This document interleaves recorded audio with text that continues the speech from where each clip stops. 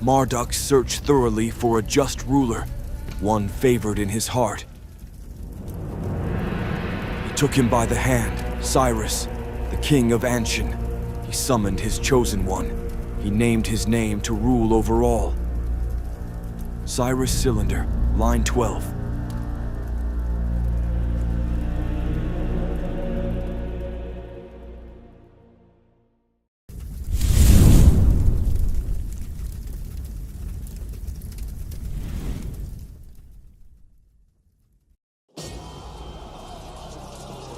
With the collapse of the Bronze Age around the 13th century BC, the once powerful kingdoms of the Hittites and Egypt gradually declined. The resulting power vacuum created space for ambitious rulers to rise. Adad-nirari II, newly ascended to the throne of Assyria, seized this opportunity to gain control over the trade routes of northern Mesopotamia. Over the following centuries, the fierce and warlike Assyrians gradually emerged as the sole superpower of the region. This collapse also coincided with the migration of Indo-European tribes into the Iranian plateau. By the 7th century BC, the Medes and Persians had settled in western Iran. Repeated Assyrian military campaigns into northwestern Iran forced the Median tribes to unite. They established a new kingdom centered in Ecbatana in an effort to defend themselves against further attacks. Meanwhile, the Persians, another Iranian tribe living in the west, were pushed southward by the same Assyrian pressure and settled near the borders of the ancient kingdom of Elam. The ancient world was in transition. New powers were emerging to reshape the political landscape.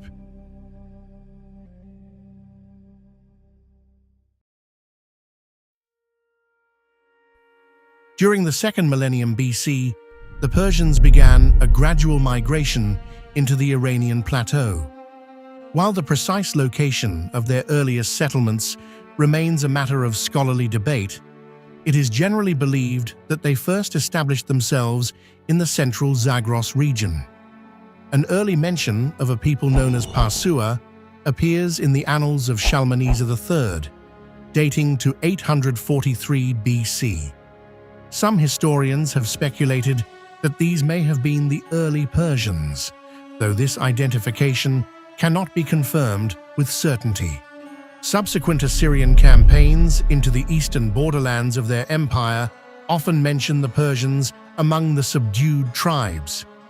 It seems likely that between the 9th and 7th centuries BC, the Persians, seeking to resist Assyrian encroachment, entered into alliances with neighboring Zagros tribes and with the powerful kingdom of Elam to the south.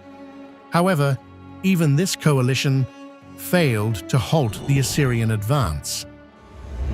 Repeated Assyrian incursions into the Zagros appear to have triggered a second wave of Persian migration, this time toward the south. By the early 7th century BC, Elam was in decline, and its authority over the region of Anshan had significantly weakened. It is within this context that the Persians, possibly under the leadership of Teispes, may have succeeded in seizing control of Anshan, laying the first foundations of what would later become the Achaemenid Empire. In 652 BC, a pivotal event unfolded, one that would alter the trajectory of the Persian people. Shamash-Shuma-Ukin, the brother of Assyrian king Ashurbanipal, and his appointed governor in Babylon, rebelled against the authority of his brother. Aware that he could not withstand the might of Assyria alone, he sought alliances with the traditional enemies of the Assyrian Empire. He forged a broad coalition that included the Elamites, various Zagros tribes, and even secured the support of the Arabs and the Pharaoh of Egypt. Among his allies was Teispes, the king of Anshan, who dispatched a contingent of Persian forces in support of the rebellion. In 652 BC, the king of Elam assembled a force composed of warriors from the Zagros region and southern Iran and placed it under the command of a general named Undashu. This army was dispatched to northern Babylonia. The strategy was clear. Shamash-shuma-ukin would advance southward with his own forces to swiftly defeat the remaining Assyrian governors loyal to Ashurbanipal. Once the southern territories were secured, his army would rendezvous with the allied coalition in the north and march against Assyria as a unified front. While Shamash-shuma-ukin led his troops from Babylon toward Uruk, Undashu fortified a strategic defensive position in the north, prepared to block any Assyrian counteroffensive. Speed was essential. The success of the operation hinged on striking quickly and preventing the Assyrian forces from dividing the allied armies. Shamash-shuma-ukin, understanding the urgency of the moment, moved swiftly to besiege Uruk. However, the city proved more resilient than anticipated. Its defenders had stockpiled provisions, and the siege dragged on. With precious time slipping away and Ashurbanipal's forces closing in on Undashu's position in the north, Shamash-shuma-ukin abandoned the siege and redirected his campaign toward the city of Ur. There, too, he encountered fierce resistance and was drawn into another prolonged siege. Eventually, he was forced to lift the siege without securing any meaningful victory and march north in a last-ditch effort to support his allies. Meanwhile, Ashurbanipal struck first. Before the two rebel forces could unite, he engaged Undashu in a decisive battle and routed the Elamite-led army. To compound Shamash-shuma-ukin's misfortune, the remnants of the Elamite troops mutinied and withdrew from Mesopotamia altogether. With Elam out of the equation, Ashurbanipal continued his advance, and by the end of 651 BC had captured the city of Sippar.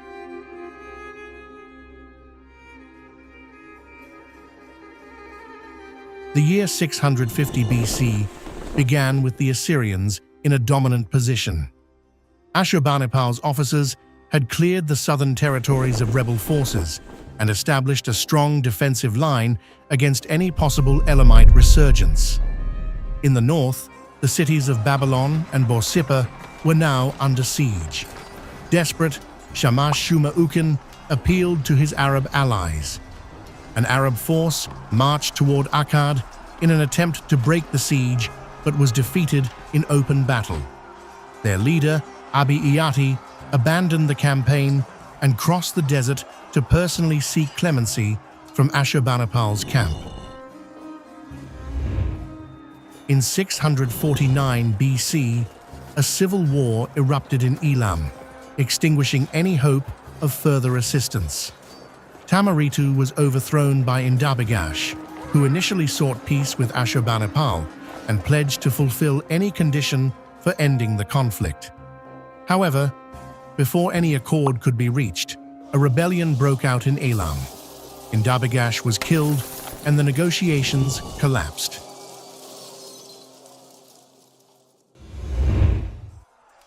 Elam, now paralyzed by internal divisions, was unable to provide any meaningful support.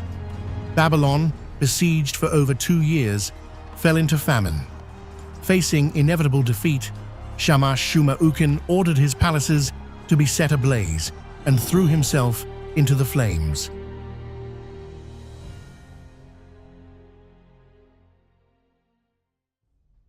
Now that the rebellion of Shamash-shuma-ukin in Babylon had been crushed, the time had come for Ashurbanipal to exact a brutal revenge upon the Elamites and their allies. Between 646 and 639 BC, the Assyrian king launched a series of relentless military campaigns across Elam and its surrounding regions.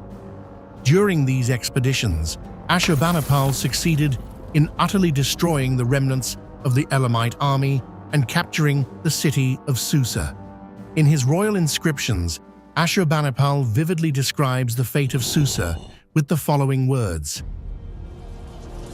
Susa, the great holy city, home of their gods, seat of their mysteries, I conquered. I entered its palaces. I opened their treasuries where silver and gold, goods and wealth were amassed. I destroyed the ziggurat of Susa. I smashed its shining copper horns. I reduced the temples of Elam to naught. Their gods and goddesses I scattered to the winds. The tombs of their ancient and recent kings I devastated. I exposed to the sun, and I carried away their bones toward the land of Ashur.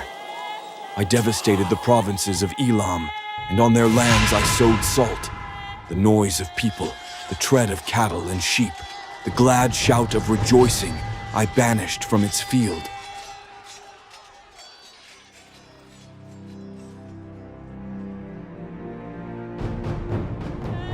The brutal Assyrian campaign against Elam was significant for two key reasons.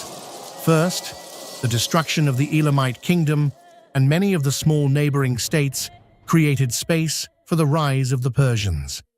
Second, it was in this context that Ashurbanipal, for the first time in his inscriptions, mentioned a Persian king by name, Cyrus. In 640 BC, shortly after the fall of Susa, Tespes passed away, and his eldest son, Cyrus I, ascended the throne of Anshan. According to Assyrian inscriptions, it seems Cyrus acted with prudence, choosing to avoid a costly war by becoming a tributary of the Assyrians. Ashurbanipal describes this in his inscription as follows. Cyrus, the king of Parsumash, heard about my victory. He became aware of the might that I wielded with the aid of Ashur, Bel, and Nabu, the great gods my lords, with which I leveled the whole of Elam like a flood. He sent Aruku, his eldest son, with his tribute to Nineveh, the city of my lordship, to pay homage to me. He implored my lordship.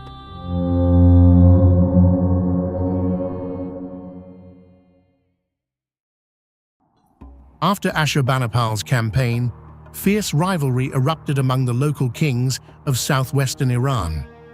Correspondence between Ashurbanipal and his provincial governors reveals a period of conflict and unrest among these regional rulers. Based on later developments, it seems that the Persians capitalized on the disorder to expand their influence.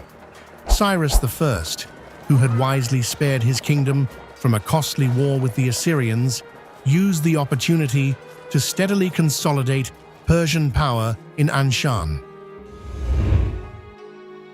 Other Iranian peoples in the west appeared to fare differently. In the north, the Medes under the leadership of Kashtaritu had brought the Assyrians to the brink of collapse. However, the arrival of the Scythians changed the situation dramatically.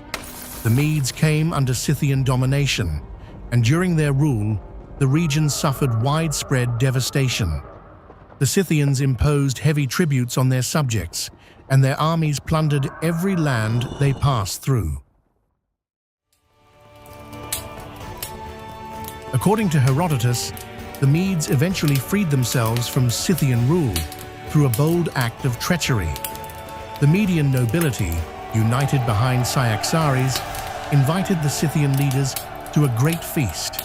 When the Scythians were thoroughly drunk from heavy drinking, the Medes slaughtered them and thereby regained their independence.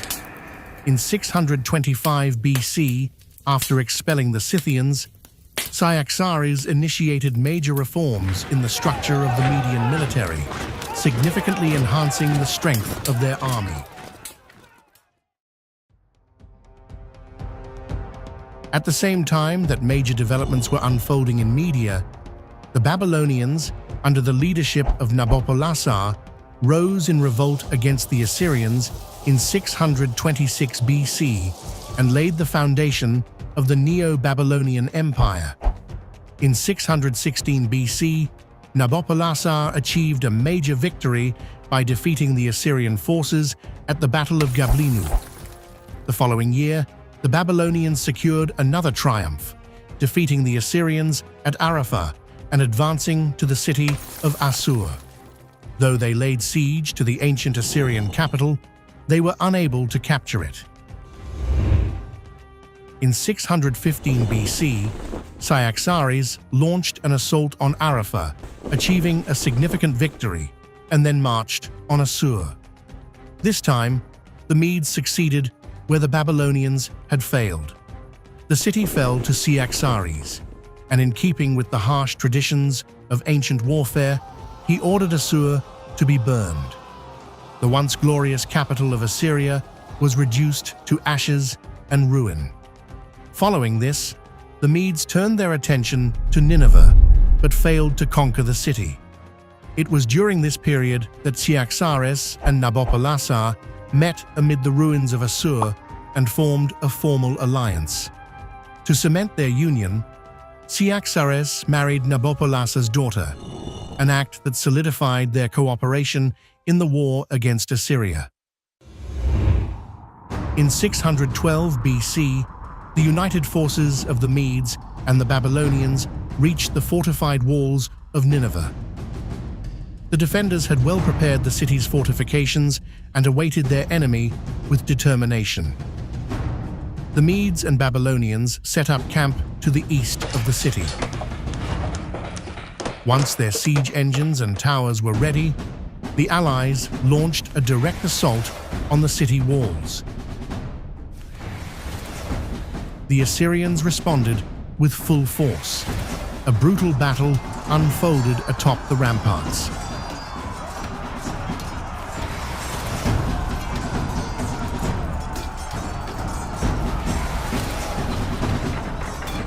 Despite the relentless efforts of the Medes and Babylonians, the defenders held their ground and eventually forced the attackers to retreat. The siege lasted for 3 months.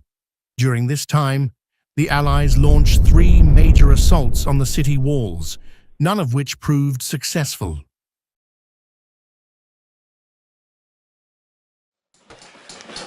Eventually, they managed to flood the eastern side of the city by diverting the river, causing a section of the wall to collapse.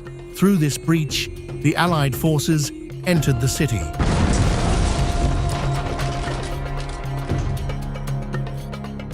The Assyrian defenders immediately abandoned the walls and withdrew to the citadel.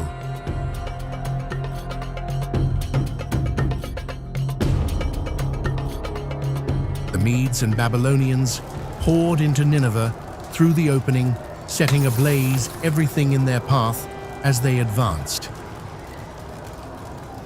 Sin-Shar-Ishkun, the king of Assyria, witnessing the destruction of his capital, threw himself into the flames in despair. His brother, Ashur-uballit, gathered the remnants of the army and fled the city. The city that had once inspired fear across the ancient world was consumed in the fire of the Allies' vengeance.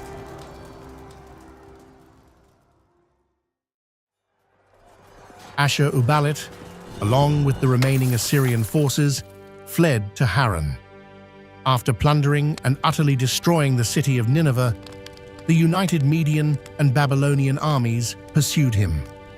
Another battle ensued at Haran, in which the Allies once again emerged victorious. Ashur-uballit sought refuge in Carchemish and appealed to the king of Urartu for assistance. In response, Cyaxares launched a campaign against Urartu to prevent reinforcements from reaching the Assyrian remnant. This, in turn, prompted Ashur-uballit to seek aid from Egypt. With Egyptian support, he managed to resist Babylonian forces until 610 BC, though ultimately he was defeated. In a final effort, Ashur-uballit, again with Egyptian help, attempted to retake Carchemish in 605 BC, but the campaign ended in failure. With this defeat, the once mighty Assyrian Empire came to a formal end.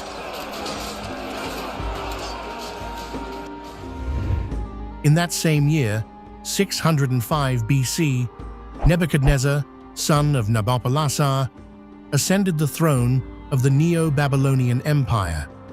To strengthen the Babylonian-Median alliance, he married Amytis, the daughter of Cyaxares.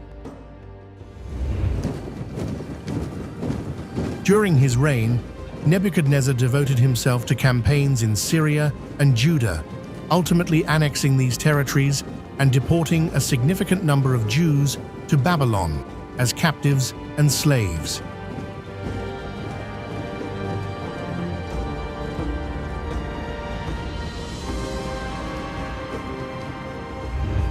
Meanwhile, the Medes, having subdued Urartu in 609 BC, continued their territorial expansion. By 590 BC, they had advanced as far as the Halys River. Their newly shared border with the Kingdom of Lydia led to a prolonged and bloody conflict between the two powers. This war lasted 5 years and came to an unexpected end following a solar eclipse, which both sides interpreted as a sign of divine displeasure. Peace was established, and Alyattes of Lydia married his daughter to Astyages, the son of Cyaxares. During these sweeping developments across the ancient Near East, the Persians were quietly consolidating their power in Anshan. Cyrus I had passed away, and his son Cambyses I now ruled the region.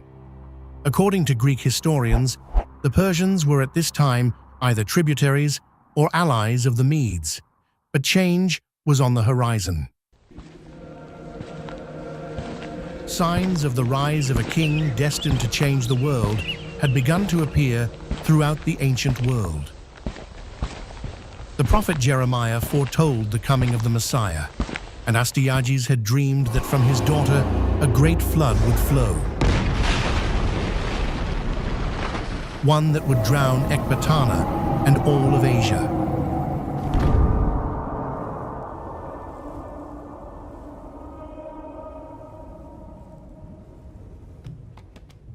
In the next episode, we will recount the birth and childhood of Cyrus the Great.